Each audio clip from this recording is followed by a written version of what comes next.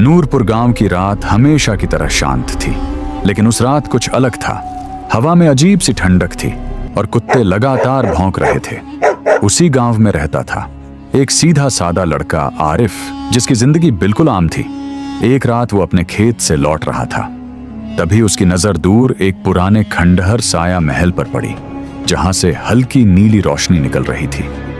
गांव वाले हमेशा कहते थे कि उस महल में कोई परछाई रहती है, लेकिन आरिफ ने कभी इन बातों पर यकीन नहीं किया। उस दिन जाने क्यों उसका दिल उसे अंदर जाने को कह रहा था। वो धीरे धीरे महल के अंदर गया। अंदर जाते ही ठंडी हवा चली और दरवाजा अपने आप बंद हो गया। आरिफ घबरा गया। तभी उसके सामने एक खूबसूरत लड़की प्रकट हुई, लंबे बाल, चमकती आंखें और चेहरे पर अजीब सी मुस्कान। उसका नाम था मायरा। वह कोई आम लड़की नहीं बल्कि एक जिन्न थी।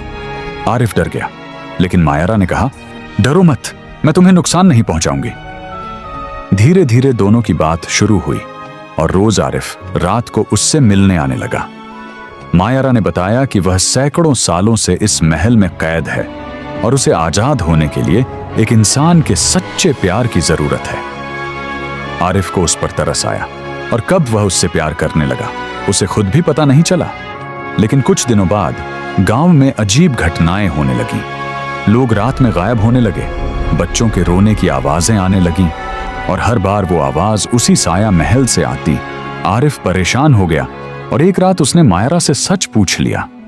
पहले तो वह चुप रही, फिर उसकी आंखें नीली से लाल हो गईं और उसने कहा, हाँ, ये सब मैं कर रही हूं।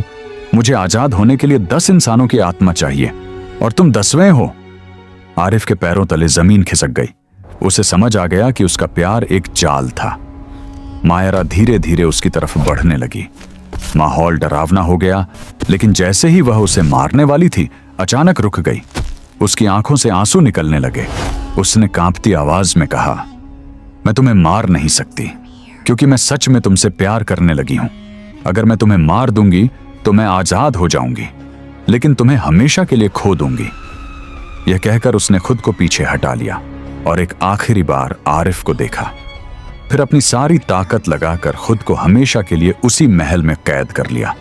दरवाजा अपने आप बंद हो गया और आरिफ बाहर आ गया।